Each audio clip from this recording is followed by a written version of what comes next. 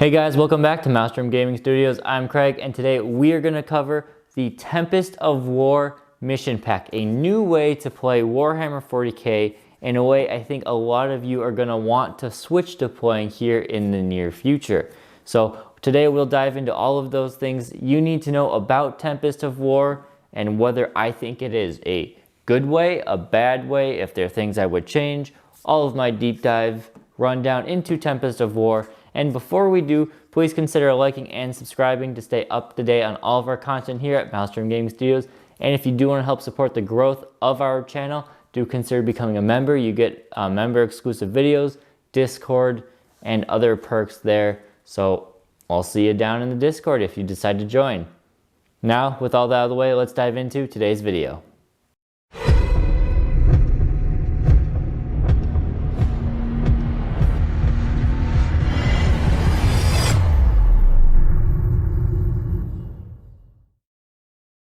So in today's video, we are, like I said, going to cover Tempest of War mission pack. Now, what this is for maybe some of you older players or more experienced players, this is the old Maelstrom of War from, was it 7th edition? 7th edition 40k? 6th, 7th edition? It is a hybrid, as I will call it, between matched play and open war. So if you're someone who's like me, where match play is fun, but sometimes you need a break from it, and open play is just too unstructured, random for you, this might be very perfect. So what you do is you get your pack of cards. I believe this was about $35. So not, it sounds steep, but you do get a lot out of it.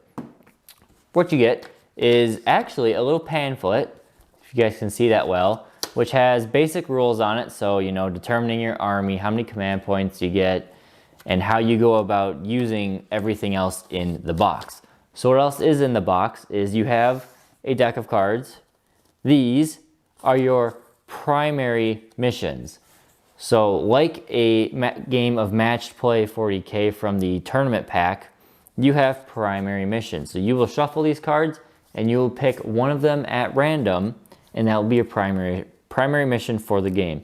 They each come with something such as a hold 1, hold 2, hold more type of primary, and they also have something of a bonus similar to how the new mission pack, Grand Tournament mission pack, has a bonus, and those could be things taken out of that. So you'll see things like raising banners, raising objectives, priority targets are things like that.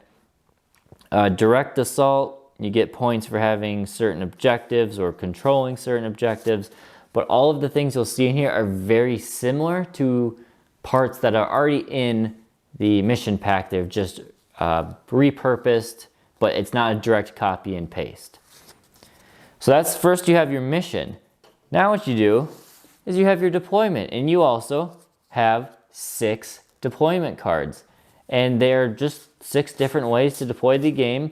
Most of them are taken out of the tournament book. However, some of them are different, like sweeping engagement is a little different, you guys can see.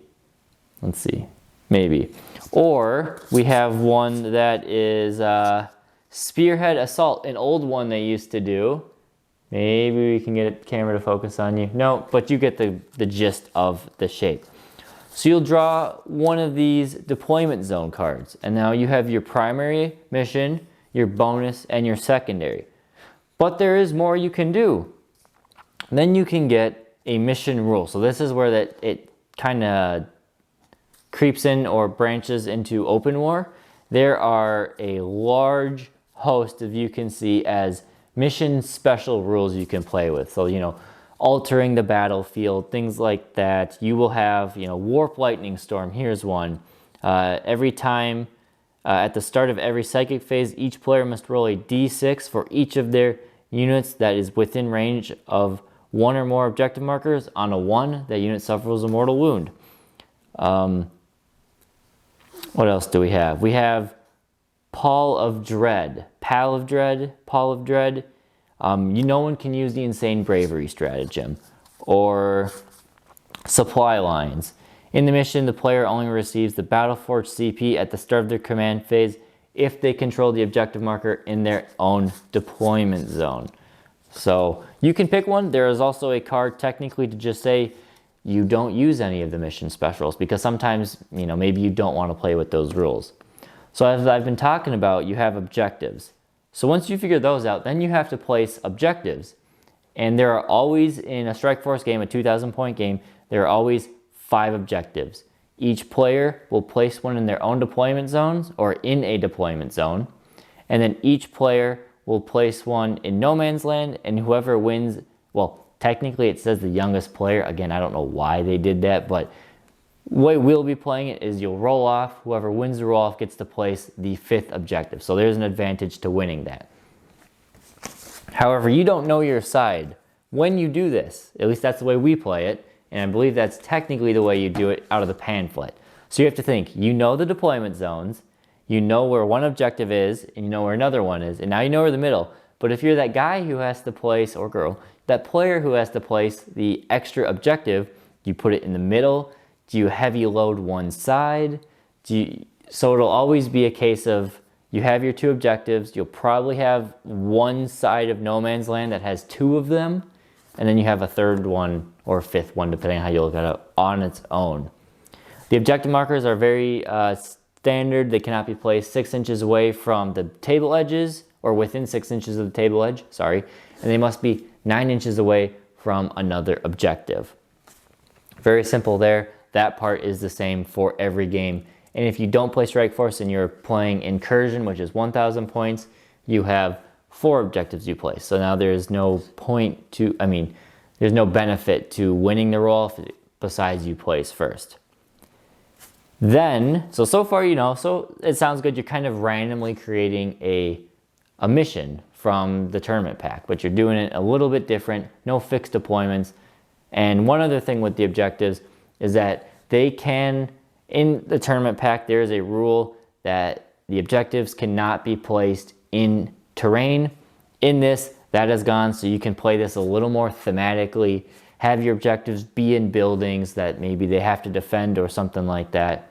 That is a new rule. Well, yeah, I guess it is a new rule to 9th edition, so feel free to do that when you're placing your objectives. Now we get to the exciting, the new part. Another new part is you have not 1, but 2 more decks of cards. Oop, wrong side. 2 more decks of cards. You got a red and a blue. These are your secondary objectives, and this is where they take from the old Maelstrom of War missions that they did in earlier editions. So what you will have to do is essentially you shuffle up your deck. Each player gets 1 deck. They are identical. What cards are in it? You shuffle it up, and at the start of your turn, you draw 3 cards. And each of these cards is a secondary objective. They are taken from throughout 9th edition right now, so you might have ones that sound very similar to ones from, say, the Necron Codex, or ones that are from the Tournament Pack, or ones that are maybe from the Tyranid Codex, even though it's not out yet. So they do that, and the way these work, they don't have their points where you build them up over the whole battle round, or the whole game. Each card that you successfully complete is worth 5 points. Simple as that. It makes the math a little bit easier. Some of them might say otherwise, but I haven't found any of those yet. Typically, they are all just 5 points if you complete it. There are a few, I guess I should say, that if you only half complete them, they will award you 2 points. So that is something. These ones, like I said, so you've got no prisoners, Bring It Down, Blood and Guts. They do have similar names, though the rules are a little bit different. Like No Prisoners is you have to kill models, and you have to do 30 wounds worth of completely killed off units. So if you kill a unit that has 5 models in it, and they're each worth 2 wounds apiece, then if you finish that unit is worth 10 points, but not victory points. They're just worth 10 points. Once you get to a total of 30 points on this card, you have completed it, and now you get 5 points, and you put it aside as in you've completed it. So the turn goes by you drawing these, and then your opponent will draw them on his turn. And at the end of your turn, let's say you're like, there's no way I'm going to complete these. You can simply discard them, and at the start of your next turn, you can draw up to 3 more. So you have 3 more in your hands at all time. They also they put a whole card in for this. I don't know, I mean, I get why they did, but it's not necessary. There's a stratagem, a new core stratagem that is implemented with this, and it is called New Orders. At the end of your command phase, if you don't like one of the cards you drew, you can spend 1 CP to discard one of them and draw a new one. You know, simple. It could come down to the end of the game where you really need the right card to pull off a victory on the final turn. When we played a game, I used it again, like in that exact way. At final turn, I needed 1 more victory that was achievable, and I tried to go for it. Didn't end up winning with it. Speaking of them being achievable, most of these cards, one of the biggest initial gripes of Maelstrom was saying, oh, you know, maybe one of them is saying complete, you know, if you have 2 fly units have to be in this table quarter. Well, what if you don't have 2 fly units? Then they say, you know, if you cannot physically achieve this one, discard it and draw a new one. So my initial example was pretty poor. Fly units, that's not something like this. But say if you need to have 1 unit on 3 objectives, you have to control 3 objectives, and then you get the 5 points. Well, if you don't have 3 units to control 3 objectives, you can't physically do it, so you don't have to worry, just discard it and you draw a new one. I love it. So that is, I mean, that's in a nutshell how Maelstrom, or Tempest of War, I'm going to call this Maelstrom of War. If you guys haven't maybe put pieces together, this channel is Maelstrom Gaming Studios. At least for Connor and I and Sam, our favorite way to play 40K when Maelstrom was out was Maelstrom.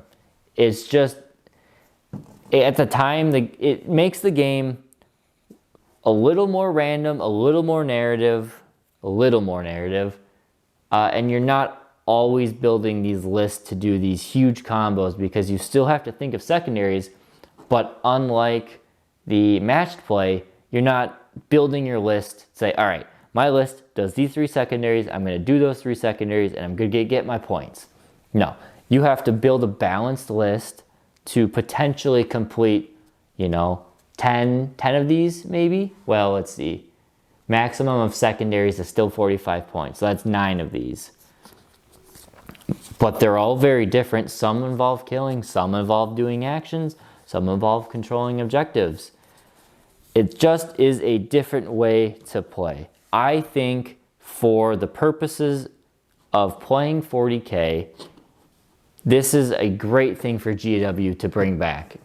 A lot of people love the 9th edition matched play way of playing 40K. Besides the issues we're having where the codexes themselves are not all that well balanced, it appears that, you know, some of them are really powerful, some of them are not so great. Tyranids are looking pretty good, but are they going to be Tau or Harlequin level powerful? Time will tell. But they're definitely not Necron low tier, or even Space Marine right now low tier. I think for the people who are not trying to win tournaments or just need a break from building their list to play secondaries, this is a perfectly viable option to spice up your games. If you just want a casual game, only 1 person needs this box. You can split it with your friends. Maybe you have 4 friends. You guys buy 2 boxes between you. Till you split it, $15 a person.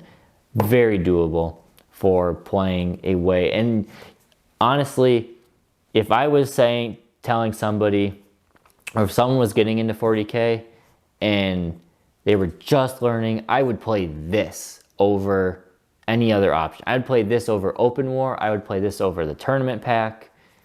And I guess even over Crusade, I would play this because it allows you to learn the core mechanics of playing competitive, have a little bit of variety in learning all of the different types of ways to score secondaries. And once you got a good grip on the game, then you can start building your list and working towards playing matched play if you do like it. Here at the channel, I think we are going to probably play this. Might be a 50-50, 60-40 split, talking with the other guys. I know Calvin, once he starts doing battle reports, prefers the match play. Sam prefers the narrative play. I'm pretty 50-50 on it. I do love this way, but I also, I participate in tournaments all the time. So playing this does not prep you perfectly for playing tournaments, especially in list creation. So I need a little of both. I think Connor is about the same way too.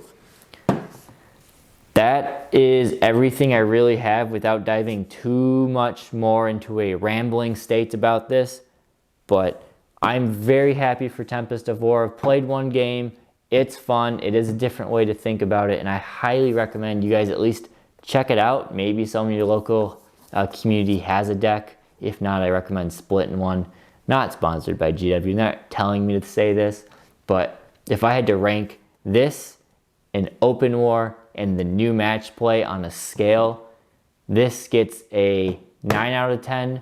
The new matched play tournament pack, whatever, gets a 7 out of 10, and open war gets a 5 out of 10 for me. Crusade I won't rank because that's a very different thing. But I'm happy with these, and I hope you guys are too. So that's all I've got. If you got questions, put them down in the comments. If I totally missed something with these cards, I don't think so. There's not much to them.